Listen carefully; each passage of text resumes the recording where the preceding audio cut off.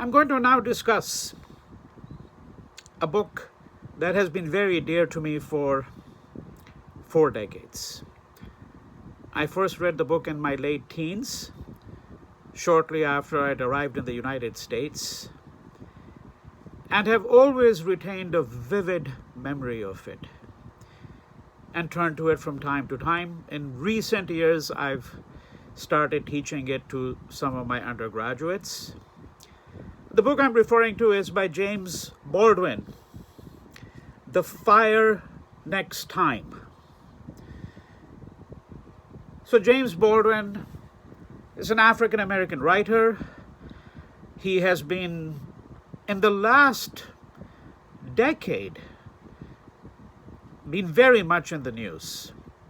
His name was always present to those who were serious readers of literature, who thought about issues of racism, civil rights, the position of black people in this country.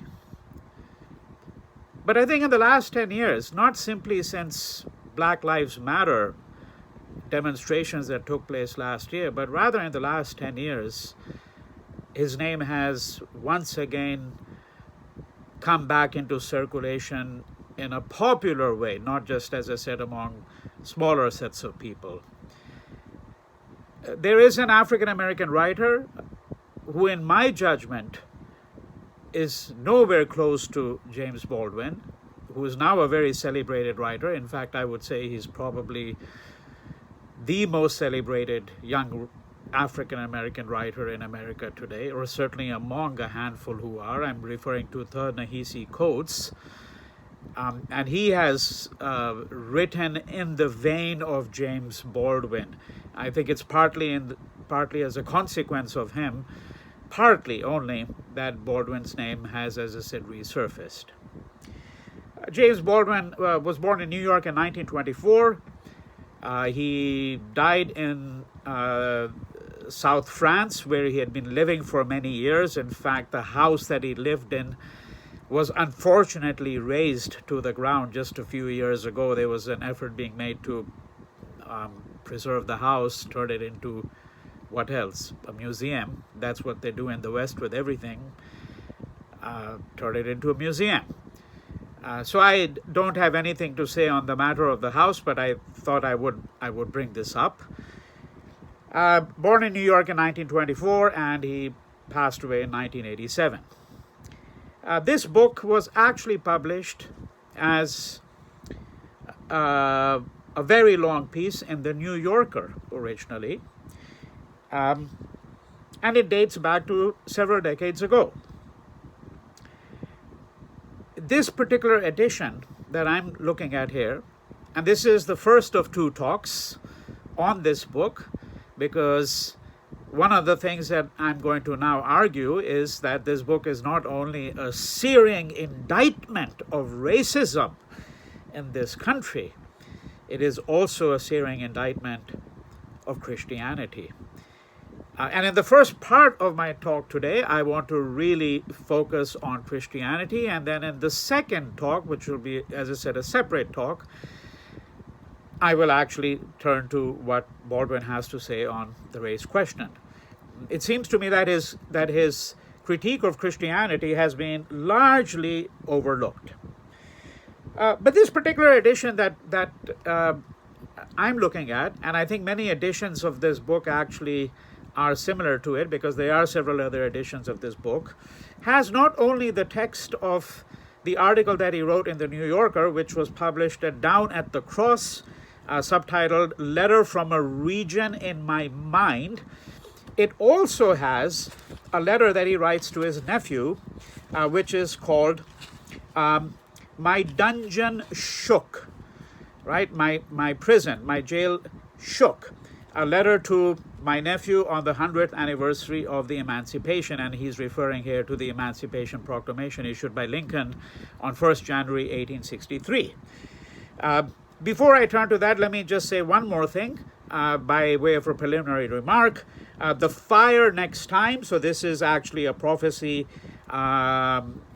recreated from the Bible in the song of a slave.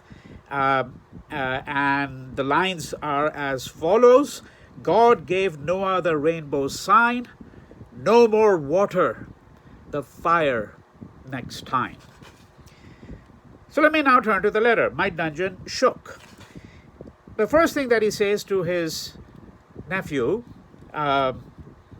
James, right, or Jimmy, is that I've begun this letter 5 times and I've torn it 5 times. In other words, it was obviously a very difficult letter for Baldwin to write.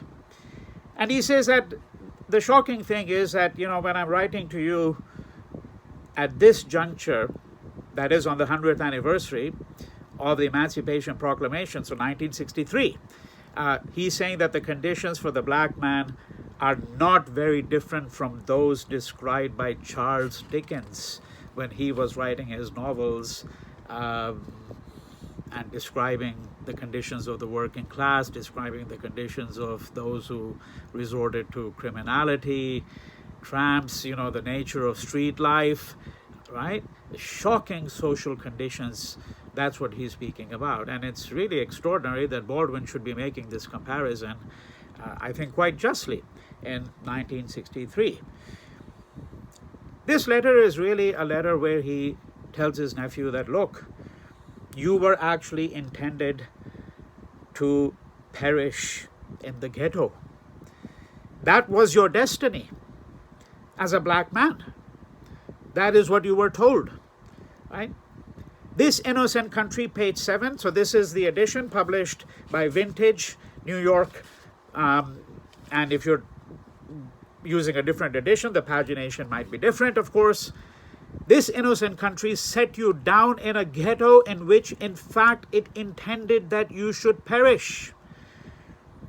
You were born where you were born and faced the future that you faced because you were black and for no other reason. You were told constantly that you're a worthless human being. You were not expected to aspire to excellence. You were expected to make peace with mediocrity. It's really a letter of advice, a caveat, a letter of caution for his nephew who's now about to enter into the world as a black man. What does it mean to enter life in America as a black person? And I think that now, 50 plus years after he wrote this book, right? This letter, rather, I should say, which itself, let me remind you, is written on the 100th anniversary of the Emancipation Proclamation. We have just reason to ask whether the conditions that he's describing are all that different for a good number, perhaps a majority of black people in this country.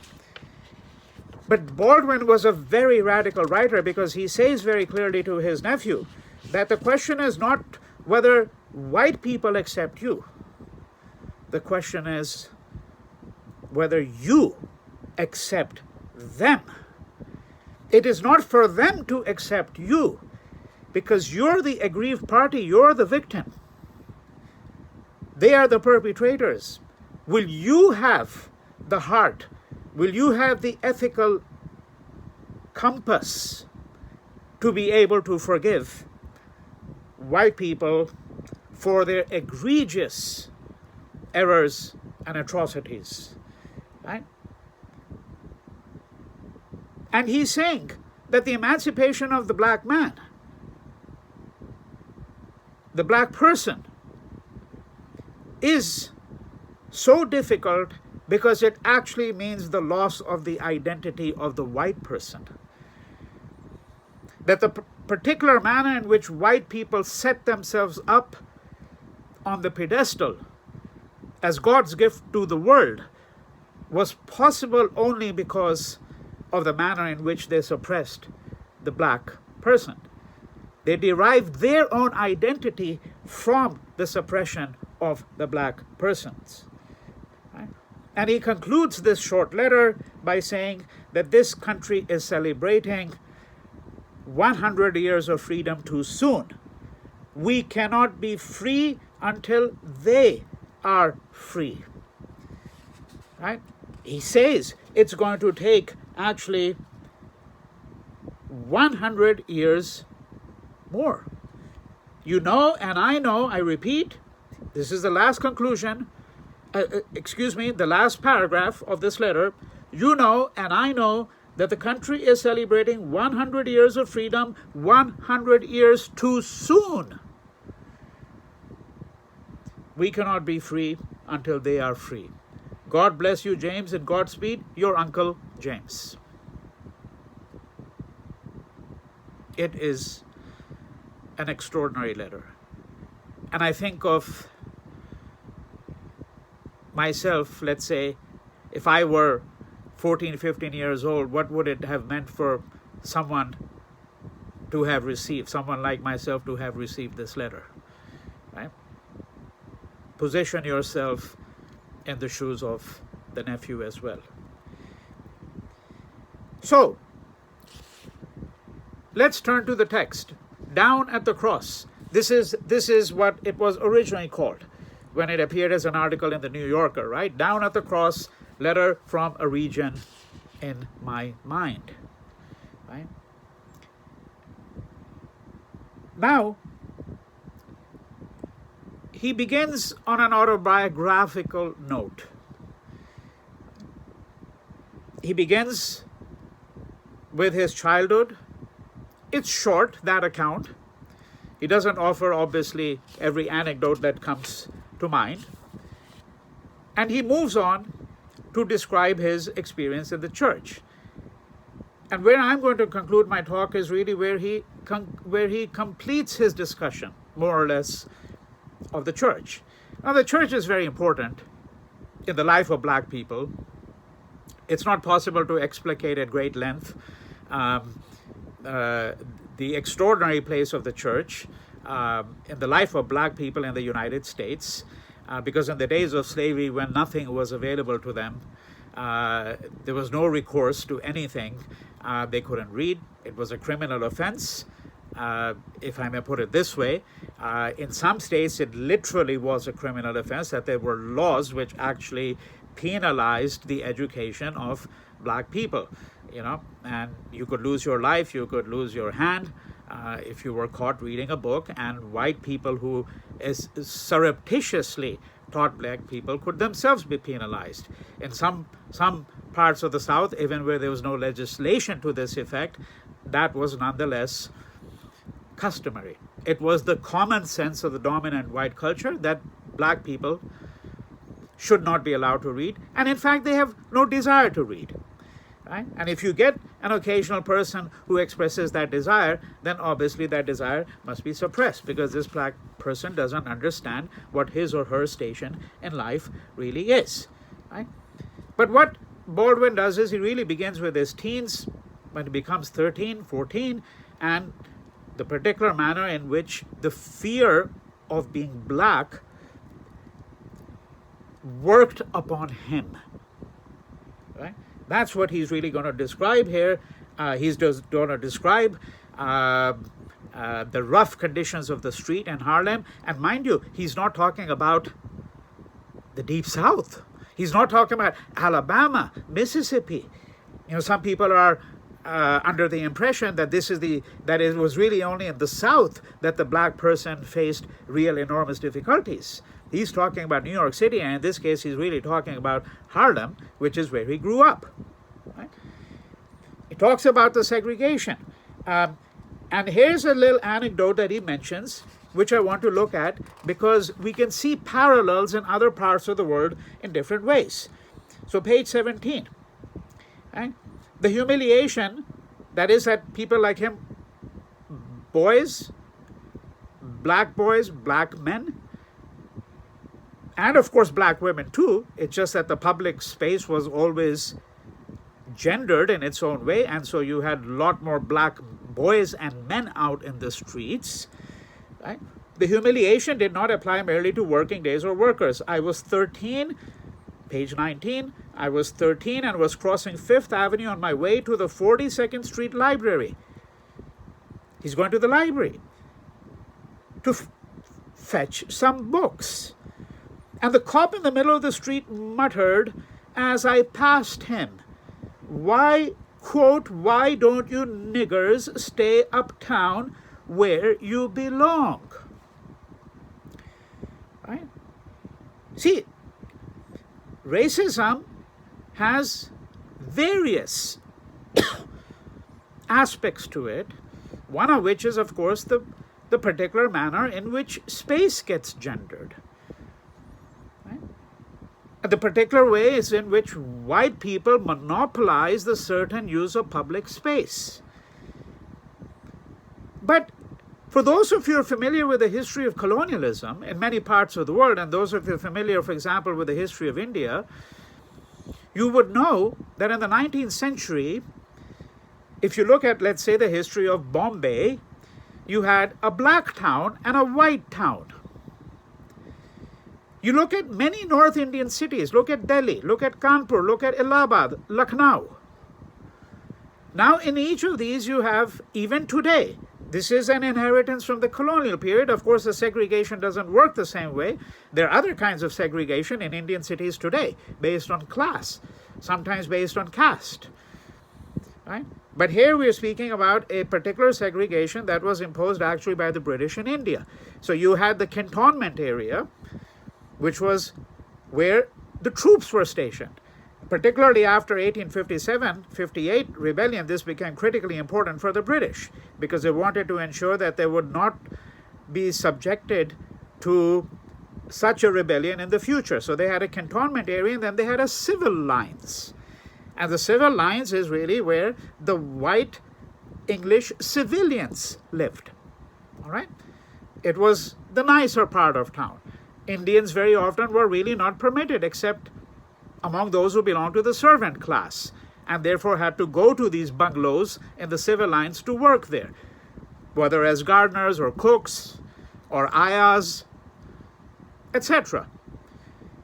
And notice that the word civil, of course, here the idea at the civil lines is to refer to the civilians as opposed to the cantonment, which was for the military. But it's not an accident that in the English language here, civilians here is derived from the word civil, which also means to be civil to someone, to be polite. So this is the polite part of town, you see, the decent, the civilized part of town. The Indians live in the black town. Right? Now, this is exactly what is really at work over here. And of course, most American cities remain gendered precisely in the same way. Very few of you are probably aware of that infamous incident that happened when one of the most well-known African-American intellectuals in this country, I'm talking about Henry Louis Gates, who has a chaired professorship at Harvard for many years. He's known as Skip Gates informally.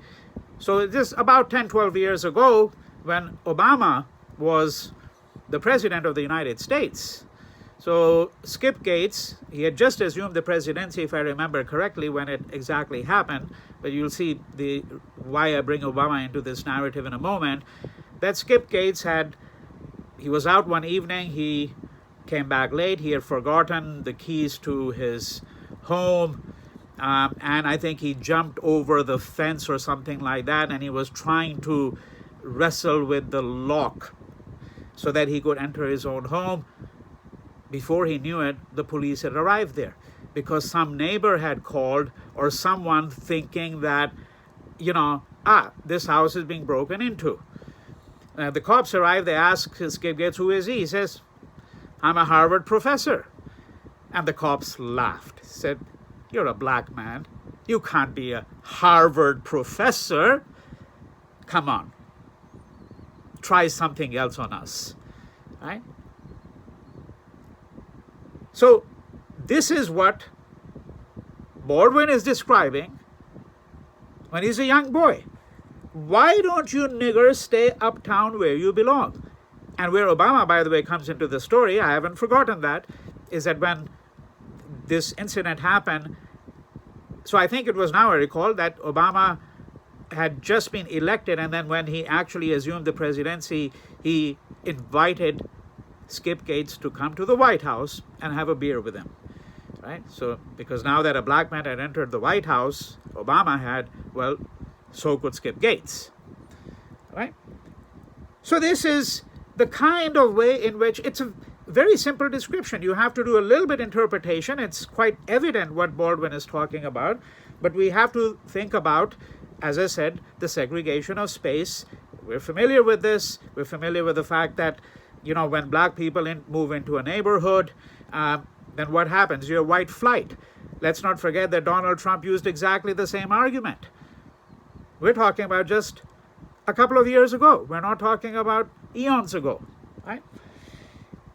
Now, what I want to turn to is really his description of his relationship with his father, very briefly, and then finally the discussion that I had promised on Christianity. Right? It's his relationship with his father was a difficult one. It is, of course, a difficult one for many young men. I know that my relationship with my father was a difficult one for all kinds of reasons. And certainly I think that was the experience that Baldwin had. Sometimes I wonder, as an aside, what would have become of Mohandas Gandhi if his father hadn't passed away? Would he have become the man he had if his father had lingered on? Because his father passed away when Mohandas was very young. Right? What if his father had been there to impose his heavy hand on his young son? Right? Of course, that's a counterfactual. We don't know that. We don't know that, meaning we don't know the course of what would have happened. But I've thought about that in some ways the stars were with Mohandas. His father passed away. It was fortuitous for him, perhaps, because for all we know, that difficult relationship that young men have with their fathers may have actually imposed a different regime of behavior, conduct, expectations on Mohandas. He may not have turned into the Mahatma that he became much later on. Right? There is a very important discussion which I cannot linger on for very long. I want to mention it here, and that is the extremely complicated set of questions having to do with the relations between black people, white people who are Christians, and Jews. Right? Because the anti-Semitism that has been a characteristic feature of the history of white European Christian civilization, right, for centuries. And there's a track record of anti-Semitism all over Europe, and of course the United States. And it has by no means disappeared, as we know. Right? The question is, what about black people and then black elites, for example? Do we find similar traces given the importance of the church in black life? Right? And this has been, I think, a very complicated set of questions. But I want to simply here actually describe only an anecdote that Baldwin relates, which takes place when he had invited a boy that was a friend of his to their home. Right? Now, his father was working in the church. This was definitely, the Baldwin family was, if I may put it this way, a church-going family. And he has a little description of this anecdote. I'm now trying to recall where actually so this is on page 37, and I just want to read it out very, very briefly. Right? My best friend in high school, Baldwin says, was a Jew. He came to our house once, and afterward my father asked, as he asked about everyone, "Is he a Christian?" By which he meant, "Is he saved?" I really do not know whether my answer came out of innocence or venom, but I said coldly, "No, he's Jewish." My father slammed me across the face with his great palm. And in that moment, everything flooded back. All the hatred and all the fear and the depth of a merciless resolve to kill my father rather than allow my father to kill me. I think many young men at some point in their life have that sentiment, right? And I knew that all those sermons and tears and all that repentance and rejoicing had changed nothing. That all the teachings that had been forced down upon him, the teachings of the church that his father had imposed upon him, all of this meant nothing. I wondered if I was expected to be glad that a friend of mine or anyone was to be tormented forever in hell. And I also thought suddenly of the Jews in another Christian nation, Germany. Right? You see, it's so important the way he brings that in. Why? Because he's suggesting, think of the arrogance of this religion that I've been born into, that my father is feeding me with. The arrogance of Christianity, it's the same religion which has perpetrated a Holocaust against the Jews. They were not so far from the fiery furnace after all, and my best friend might have been one of them. I told my father he's a better Christian than you are, and walked out of the house. See, I think the battle was not only between him and his father, it was not only between Jimmy, a man of secular disposition. And I don't know if he would use the word secular. Non-believer is, I think, what he would really describe himself as. It's a battle line between a non-believer and a believer. But it is also a battle line being drawn between Baldwin and the voice of authority, wherever that authority is coming from. And it was present from his childhood, right? A deadly struggle, he says, had begun. It was a struggle, in other words, between him and the church. Now the next 10 pages, and I'll discuss those briefly and conclude the first part of my discussion and this talk. And very shortly, within the next 24 hours, I'll place the other talk on the rest of the book. Right? So this discussion for the next 8-10 pages is now going to be on Christianity and Baldwin's severe, unforgiving, merciless indictment of Christianity, which really is overlooked in all the discussions of Baldwin. It's not really mentioned very often, because what's mentioned is his searing account of racial relations in the United States. Baldwin is also a very elegant writer. I did not mention, but mention at this stage, that he was really known as a novelist. Right? So the largest body of his work is really his novels, but I think that today it is his essays that have, it seems to me, left behind the largest impression. Right? Now, Baldwin talks about the inheritance of Christianity and of the church. You know, he's a black man. The whole idea is going back to the biblical narrative in the Old Testament, that he's supposed to be, black people are supposed to be descendants of Ham, therefore they're cursed, and therefore they are reduced to slavery, right? He has some general problems with Christianity, one of which is that he sees Christianity as a religion, which is a religion based on inculcating within the believer fear of hell. Right? And of course, I'm well aware of the fact that there are people who embrace the best part of Christianity, who are firmly of the view that as with any other religion, there are multiple ways of reading it. I think we should concede that, of course. And here I'm not delivering my own judgment on this question. Right? It is a notable fact that when we look at the American civil rights movement, in many respects, a disproportionate number of people among the leadership of the civil rights movement, the most well-known faces, a disproportionate number of them were men of the church. Most famously, of course, as all of you know, Martin Luther King.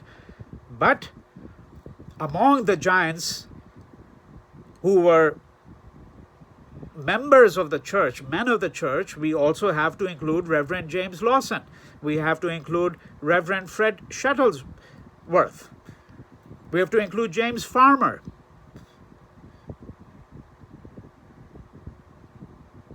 And many others. Right? All men of the church. Right? So that might be one way to begin to engage in a critique of Baldwin too, that his reading of Christianity is not subtle enough. Right? That he's doing what people often do, that you take the worst part of that tradition, right, and then obviously try to construct an argument on that. Okay?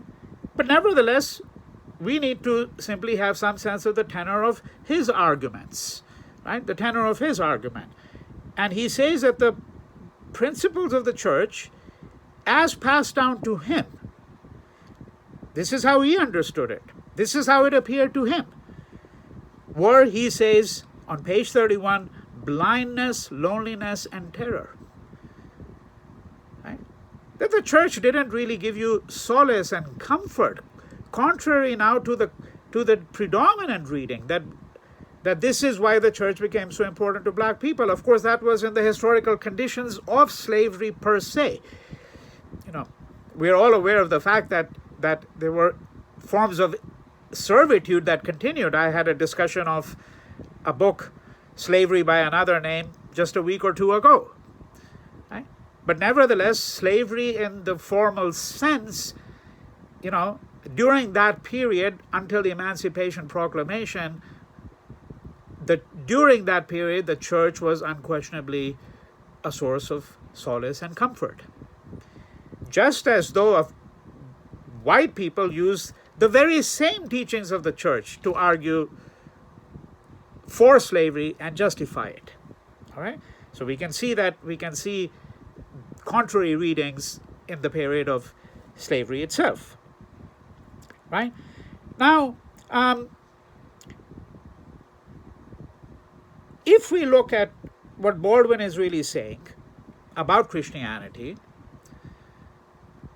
one critical argument emerges. And one could spend hours and hours on that. This has been a vital question for historians of Christianity for a long time. Baldwin makes the claim that the real architect of what became the church, what became Christianity, was not Jesus, but rather, of course, Paul. Page 44. Right? White Christians have also forgotten several elementary historical details, he says. They have forgotten that the religion that is now identified with their virtue and their power, God is on our side, says Dr. Verwoerd. This is the architect, one of the architects of apartheid in South Africa. Right? They have forgotten that the religion that is now identified with their virtue and their power came out of a rocky piece of ground in what is now known as the Middle East before color was invented. Before color was invented. We could also, we should just pause for a moment over that, because when did color consciousness become so important?